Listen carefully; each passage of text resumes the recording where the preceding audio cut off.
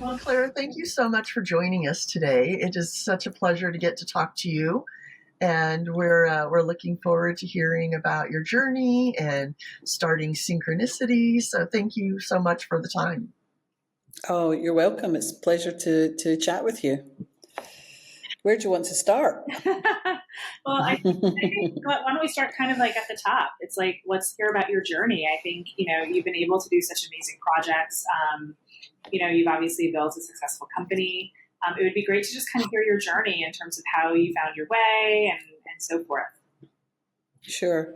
Yeah, I've been producing for quite some time now, and I think I'm often asked, where did the instinct to produce come from?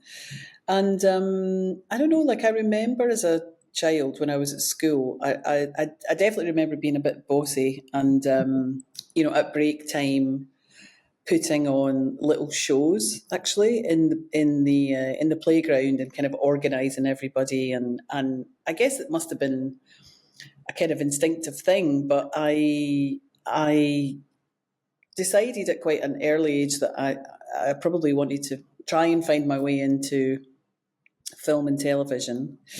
And I didn't know anyone in the business. I had no family members or friends who were involved in film or television. So it was very much, sort of like figuring out how to get into an escape room, if you like. People go to escape rooms to get out, but I was trying to get in. And I think a lot of people feel like that in the business. It's like, how do you find your way in? For me, I did a degree in film theory and English literature, and I had a big love of film. When I was a kid, my father and I used to go to the cinema every Saturday. So it was clearly sort of a passion that developed. But my first way in really was, I guess, I saw a job that was within the audiovisual unit of a university in Edinburgh. And although it wasn't very glamorous, it seemed like a way to be able to get into, learning about the different sort of faces and requirements of a producer in a relatively low stakes environment. So I could learn, whilst not necessarily making anything for broadcast, but in that kind of university sort of setting. I was the first woman to be employed in that facility.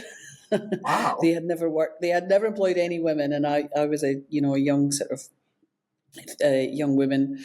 It was a bit of a novelty to them, I think, but it really was a great foundation because it wasn't the most interesting work all the time, but it really allowed me to do a bit of everything, because in those situations you find yourself, as production manager, producer, researcher, director, and it gave me a really good grounding.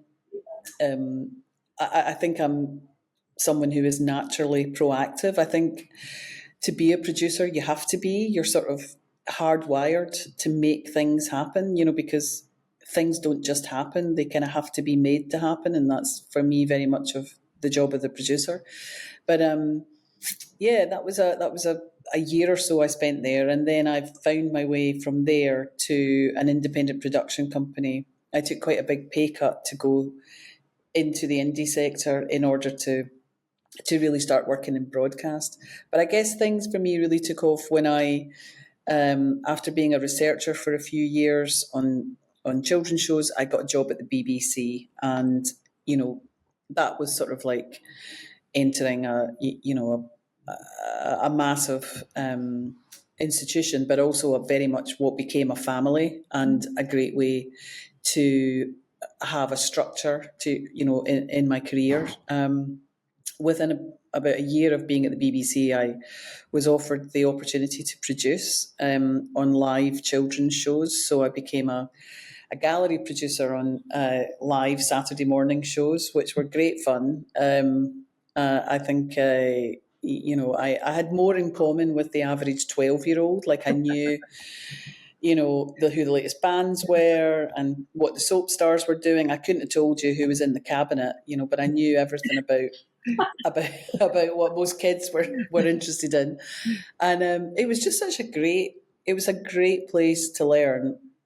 because children's obviously is very important, even more important these days, because it's so hard to get children's attention away from iPads and iPhones and whatever. But, to be working at Children's BBC felt quite an honour.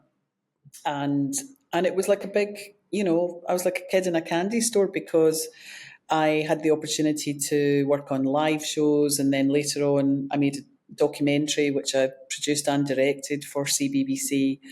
I produced entertainment shows, factual shows, and eventually drama. I felt that the department that I ended up heading up, because I was a researcher in year one, and then I became a producer on this live show, as I say, and I really loved that. But after doing it for 1 year, my then boss came to me and said, well, I think now you should exec this show, And I said, well, I'm just having fun making it, don't give me any more responsibility. But she saw in me something that I don't think I saw in myself at that time.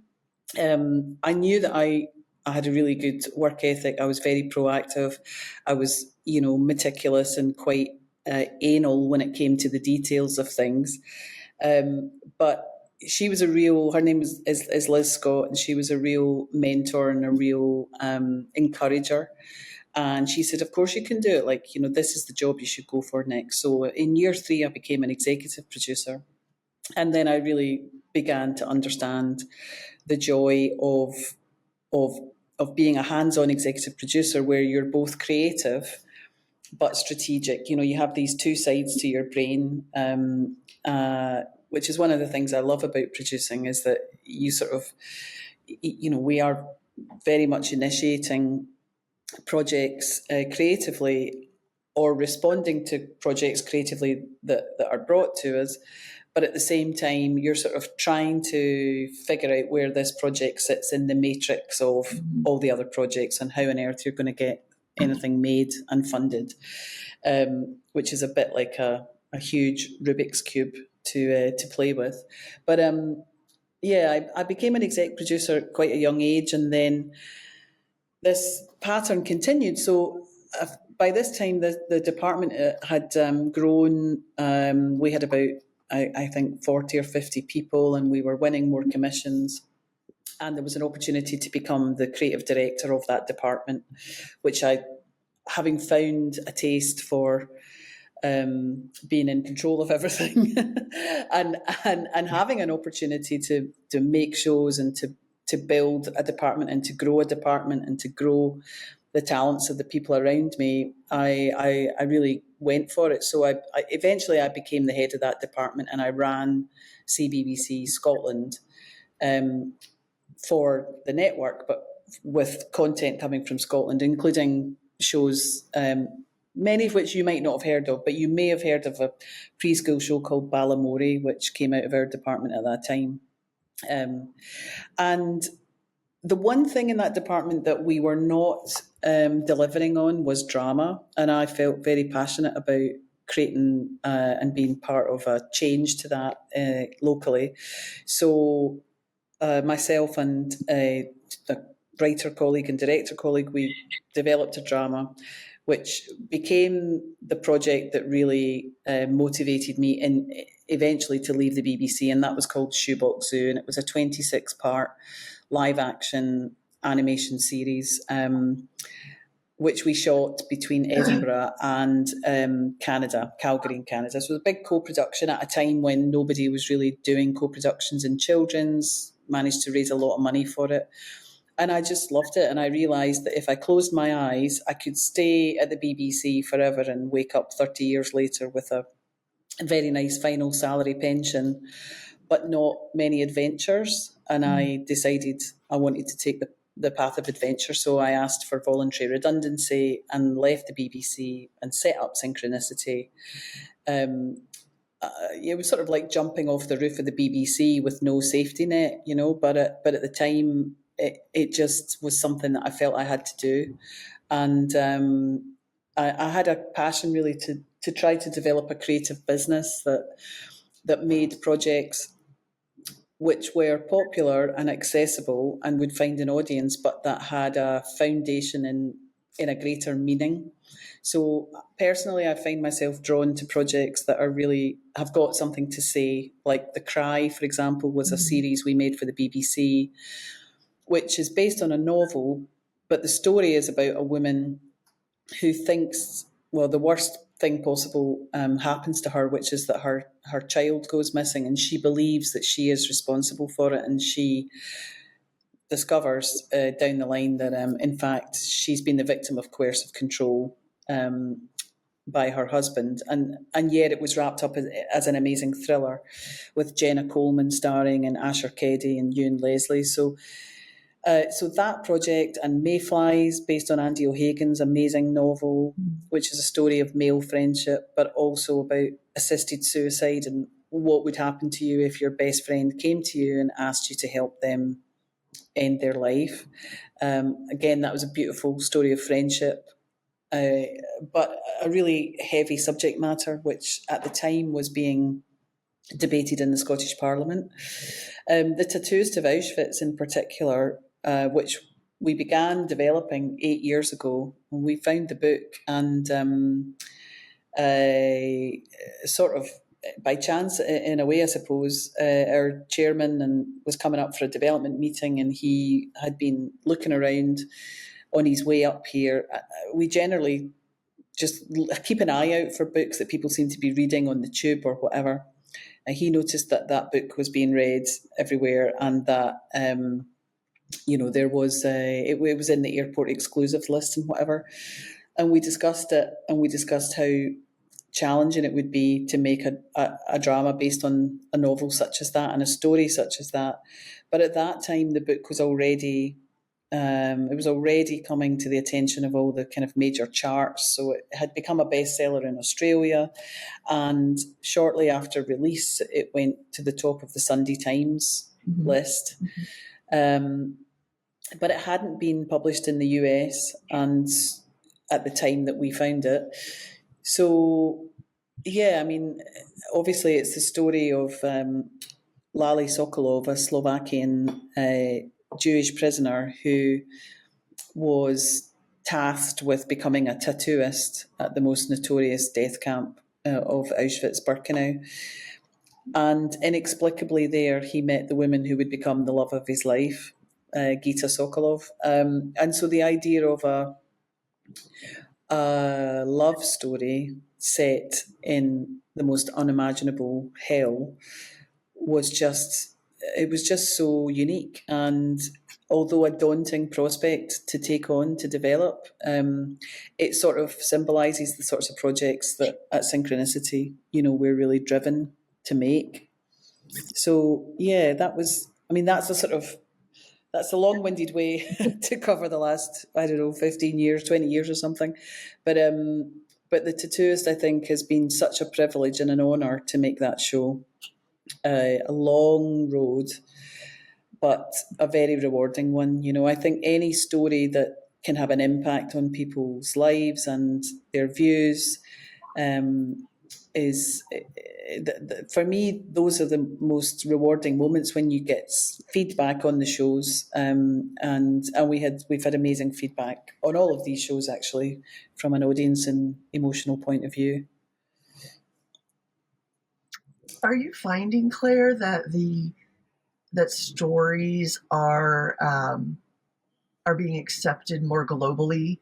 I was just thinking, as you were talking about, these stories and BBC projects that we see here readily, and how popular, from all over the world, how people are consuming different content. Have you seen big changes in content being shared globally and being accepted globally? And yeah, can I add to that? Just to add to Gretchen's question, it's like one of the areas that I'd be interested in just understanding is how, distribution of content has changed. Because obviously distributing in like the UK and so forth is so different than the US with distribution channels, and how you've seen that change over the years. Yeah, absolutely. I think that it's funny, it has changed a lot, but in some ways the current contraction in the market is changing it back again to perhaps how it was, some time ago. But I think the streamers clearly have made a huge difference because they've sort of globalized storytelling from any part of the world. And when you see, shows like Baby Reindeer break out in the way that it has, in a phenomenal way, it's really heartening because it reminds you that, wherever we live in the world, we do have universal connections and universal stories. I think sometimes the traditional distributors, would find that kind of story hard in the past because there would be a sense that it has to be a British character and it has to be a British, has to be British sensibilities or whatever the relevant country is. But yeah, I have seen that change massively, and I think it's been really exciting to watch that. But I think that the massive expansion that we had, just before the pandemic and during the pandemic, created a sort of global glut of projects, which was fantastic. It was a boom time for everybody. But of course, the contraction now and the oversupply of the market means that many of those streamers in places where you would find that wonderful global content are looking in their own territories and saying, well, actually, we've got to be, in the case of the UK, I believe, there is a very much a desire to be British facing and to look for British stories. And those streamers have seen reruns of some PSB, public service broadcast commissioned projects from the BBC or Channel 4. They've seen these second runs of those shows, which are very British shows, doing really well on their platform. And so there's an element of their strategy now which seems to be about being very British facing and not international. So, I mean, it ebbs and flows all the time. I mean, I always find as a producer that, you've got to sort of find that meeting point between the project that you will lie down in the road for because you believe in it so much and you love it so much, and what the landscape is doing, because I believe the truth is that a really great script with the right positioning in the right way, of course you have to put certain talent, around a project to help a commissioner, take that jump. But, it's got to be driven by your passion, because passion does sell. I mean, there is a kind of kinetic contagion that occurs when you believe in something so much that you communicate that successfully to a buyer. And so whilst I think it's important to always understand the landscape, it's going this way, it's going that way, or, international projects or not international projects, co-productions, whatever, nothing can really replace that kind of intrinsic gut instinct that you have about something. And that really, for me, is the thing that drives me as much as possible. Plus a sense of a project that really makes an impact. When I was a teenager, I remember being very inspired by Anita Roddick, who was she was a businesswoman who began The Body Shop, and it was the first ethical kind of, beauty brand, I suppose, that I was aware of. And I remember reading her autobiography and thinking how cool it was to be in business for yourself and have the power to make something, to make a product of some sort that was popular and had a purpose and people bought and were passionate about, but that you had a kind of ethical underpinning to it and you had something to say with it. So for me, I like to think of Synchronicity as a sort of purpose-driven company, production company, and that's sort of what tries to drive us. Of course, you have to make things entertaining, you have to make them moving, you have to make them gripping. So it's marrying genre with that content, But in terms of distribution, I mean, it just ebbs and flows. I mean, there are traditional distributors, of course, which for a long time I think everybody thought, we're going to die when the streamers arrived, right. Because there was so much money in the streaming world. But but you know, there they are. You know, many of the shows that we're taking out to market now are being put together in that much more traditional model of a license fee for the UK, you know, a deficit from a distributor, and soft money and local incentives and tax credits. So I think the only thing you can say is that things change and things stay the same. But, you know, the only thing you can do, the thing you can control in that shifting landscape is what is the project that I know I can sell because I believe in it. And I've definitely, like all producers, you know, you guys will have been there yourself, but, you know, I know when I've been out with something that I don't really believe in, that I know it's good, but it's not great. And unfortunately, there is no award. You know, the BAFTAs and the Emmys don't give you an award for just getting it made. Right. You know, there isn't a just getting it made award. It's like, I mean, there should be, because just getting it made is miraculous. You know, how anybody gets anything made is a total miracle. And the blood, sweat and tears that go into it. But that isn't good enough, you know. You've got to get it made, and it's got to be excellent and memorable and, you know, critically acclaimed. So the bar never drops. The bar's up here all the time, and every single project that you make, it says something about the next project you're going to make, which is why you can never let up on the quality and trying to refine your own taste, I think. So yeah, it is tough. And now these days, of course, the role of producing, I mean, so many more people are producers on a production, and, you know, that's fun sometimes. Because I think, well, it does make me laugh, though, that very often over the years, you know, I've had people say, well, what does a producer do? And what does an executive producer do? Slightly deriding the role, you know, but now everybody wants to be one. So something's obviously changed there. But yeah, I think it's a very different landscape for producing now than it was in the past. But ultimately, creative producers who very often originate, as I say, the project, or they find a piece of IP, or they come up with an idea, they go to a writer, they kickstart the whole process. I think that's still one of the best jobs you can have, because you have that drive to make something happen, but you also have the joy of bringing so many talented people together. And if you're working with really great people and you put that team together really carefully, it can be completely joyful. You know, it's that sort of collaboration is just, it's life enhancing, and it's working, of course, but for me, it's like spending your life in a really good way and making something together, but also just having a great experience in the making of it, which is as important to me as the outcome is, really. You seem like you've created a place that so many people aspire to be, of really doing what you love every day and with people that you love every day. And you're right. I mean, we should get awards for just getting it done sometimes.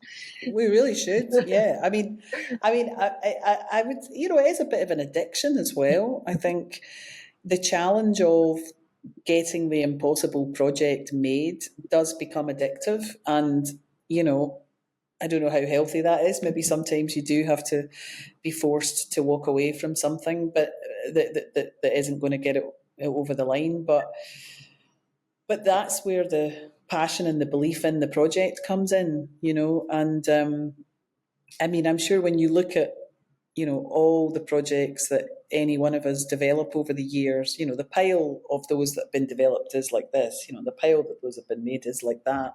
But still, there's such gratification in getting people to understand what's at the heart of this idea and why it should be supported, you know.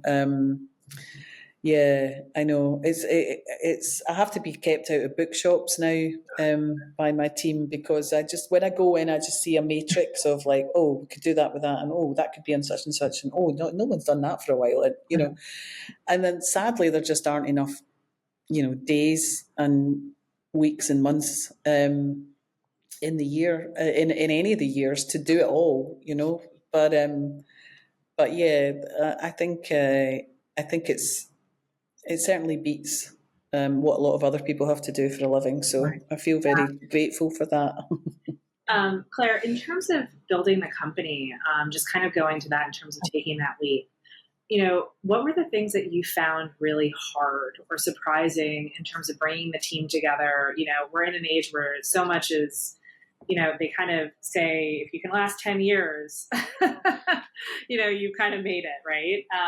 But what the journey is in terms of building a company is really, they have their ups and downs. What were some of the downs and ups that you've experienced, or the surprises, and the delights that you've experienced through the process? Sure.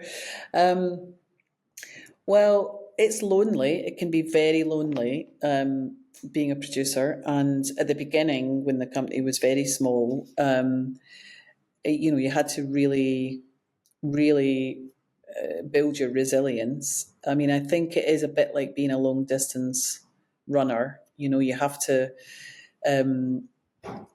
be prepared to be in it for the long haul. And it was such a big thing for me to walk away from a career at the BBC that genuinely could have taken me to retirement. They offered me, before I left, they offered me like 2 or 3 different jobs. They kept offering me jobs to try to get me to stay.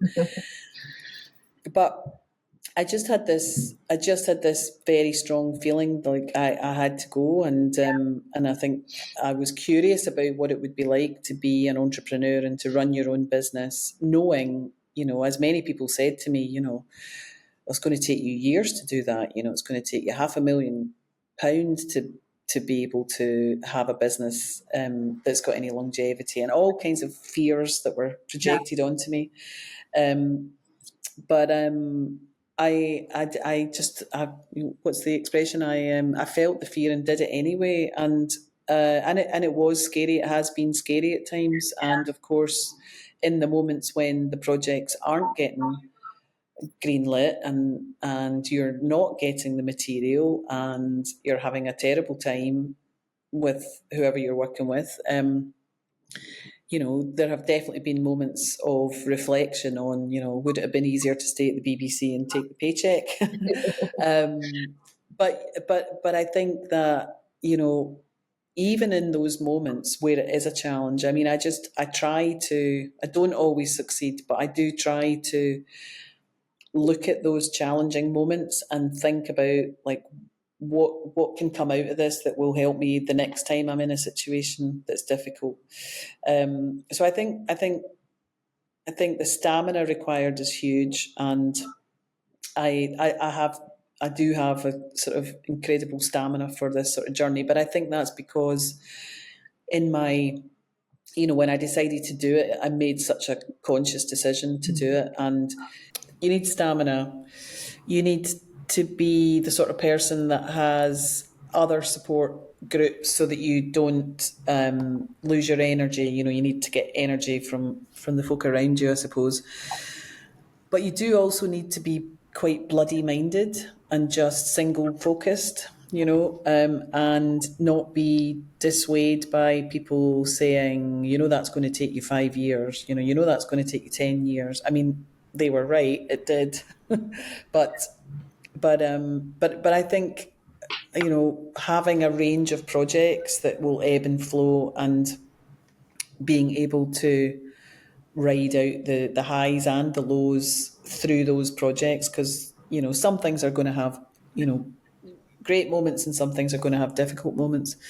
I think one of the surprises probably was that I had worked at the BBC. I'd had a career at the BBC in senior management for many years. But, you walk through those doors and you walk out and you start a business, which is a new business. You're starting all over again, regardless of the fact that you've had a 10-year career in one of the biggest broadcasters on the planet. And that was a surprise, because although it meant people knew there was experience in the company and there was a track record, it was only an individual track record. It wasn't a track record for the business. And so that was something that I hadn't expected, to be honest. But, you work through that. by making the work and by showing what you can do. I think that, you know, we're sort of hardwired to compete, which is understandable. But one of the things about producing is that whilst you are inevitably in competition with other producers, they're also the source of support, because they're literally the only other people who can understand what it feels like. And so I think sort of being part of any producers association, so I'm a member of PACT in the UK and I'm a member of the PGA. I think that's really important, and I definitely found that to be very helpful in just giving a bit of context to what other people were experiencing and how that related to what I was experiencing. But I think, you know, if you decide that you want to build your own business and it's a content business, you really have to be kind of hardwired for it. And I see a lot of people leave organisations and leave big jobs and get set up by a backer on the same or similar salary level that they were on, and it's all great for a couple of years, and then, you know, suddenly reality dawns that you have to generate your own income through your ideas, through your creativity, through your network, through your connections, through your ability to sell. And I think that really kind of, I guess a lot of people don't expect it to be as literal as that, but it truly is, you know. Yeah. In terms of projects that you're looking at moving forward, you know, as you said, you walk into bookstores and it's a matrix for you. You know, what type of projects are you looking to make as you're starting to look forward? Yeah, and I'm curious about your children's, your history and with children's projects. Is that on the horizon? Yeah. I mean, I have such a big affection for my time in children's, and I really loved that part of my career. It was the Kickstarter for where I am now. But I think my real passion is in drama, mainstream drama. And so we have a project called The Body, which is based on an adaptation of a Hanif Qureshi novella, which is really exciting and which we're taking out at the moment. That's a returnable series it begins in Sacramento, actually. It's an American-based project editorially, and then it travels to all over the world. And it's really about a central character who discovers a means by which he can take his mind, his body, his spirit, everything that makes him who he is, all of his experiences, and he can cheat death, he can relive his life, but with the wisdom of a 66-year-old man in the body of a gorgeous 27-year-old man. And he'll go on this massive odyssey to experience all the things that we all think we want, you know, money, sex, rock and roll. We want to be younger, we don't want any wrinkles, we want we want to be eternally youthful. But ultimately what he'll discover is that his life has no meaning without his wife Margot, and that he's on this big odyssey to understand who he is and all the privilege and opportunities he's had as a boomer. But it's a really fun ride of a show, and so that we're taking that out now. We have a few things in development with the BBC which are very exciting, based on various bits of IP. We've made a lot of beautiful kind of limited series, little gems. But we're really focused on returning series now, like again with the same philosophy, like something, really entertaining and meaty and enjoyable, but with a real purpose at the heart of it, which The Body absolutely falls into. But I think the dramas that we make, some of these dramas take, as I say, 5-6 years. Yeah.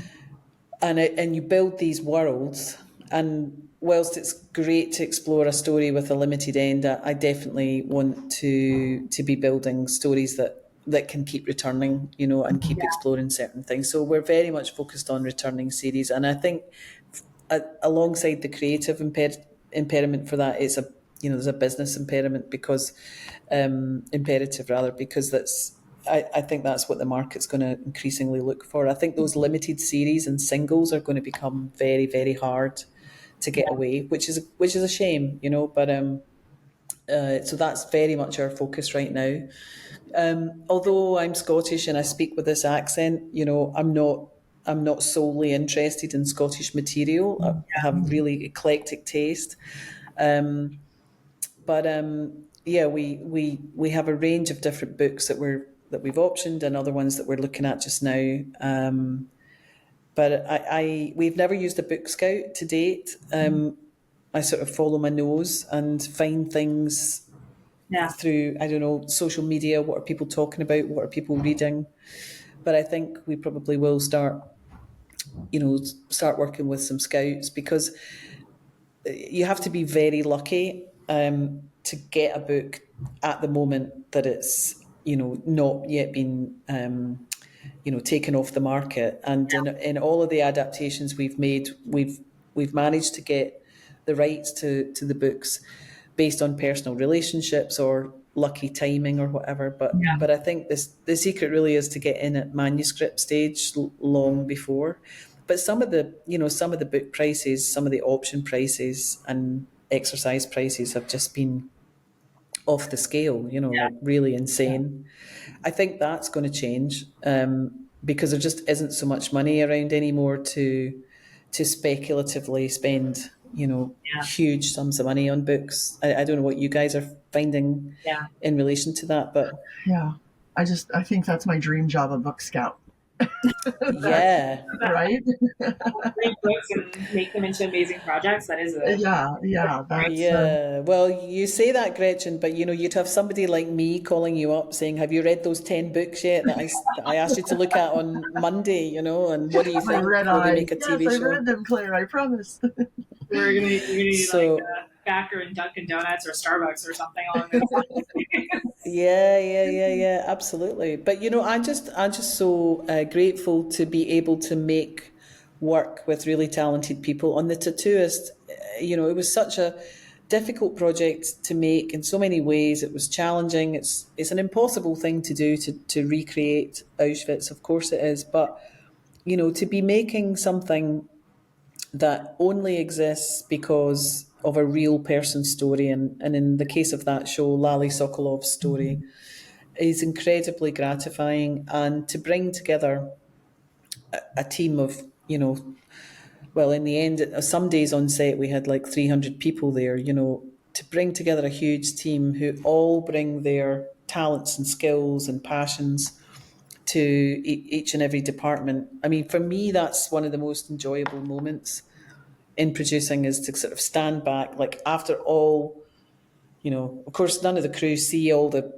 heartache and sweat and tears that goes in for the years leading up to that point. But then when you're on set and everybody's there and you're looking around, you're like, wow, okay, we're making it. And watching the designer do what they do, the cinematographer, director, I love that. It's like an orchestra, watching that orchestra play together and seeing people play to their strengths to make a piece of work that wouldn't otherwise exist. That's what really excites me and is one of the big motivators. Yeah.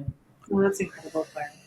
Well, I know we're at time right now. I want to be mindful of that, but it's been such a pleasure talking to you. And, as we're starting to look at women in entertainment and expanding, it's like we'd love to, we're thinking about the UK, and just because so much incredible content's coming out of, that region, we'd love to stay in touch and definitely all of your projects. It's like we absolutely adore the work that you have done and want to support you as you move forward. Yeah, Claire, thank you. That's so much. I mean, thank we've probably talked to 100, different women and men on our podcast, and your passion just comes through unlike anyone else's. This has been really a pleasure. Thank you so much.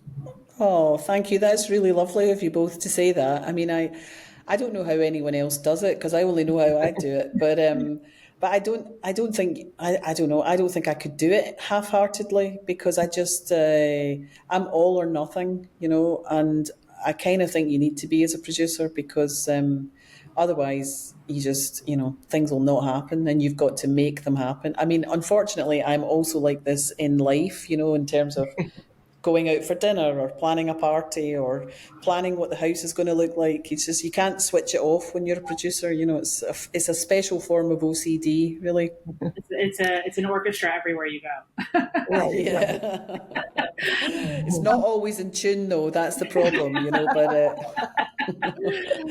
no, I'd love to keep in touch, and I'll keep you guys posted on any exciting news, of which there will be some coming up. So and maybe we can talk again about some of those other projects. Absolutely. Thank you so much, Claire. Very welcome. Lovely to meet you.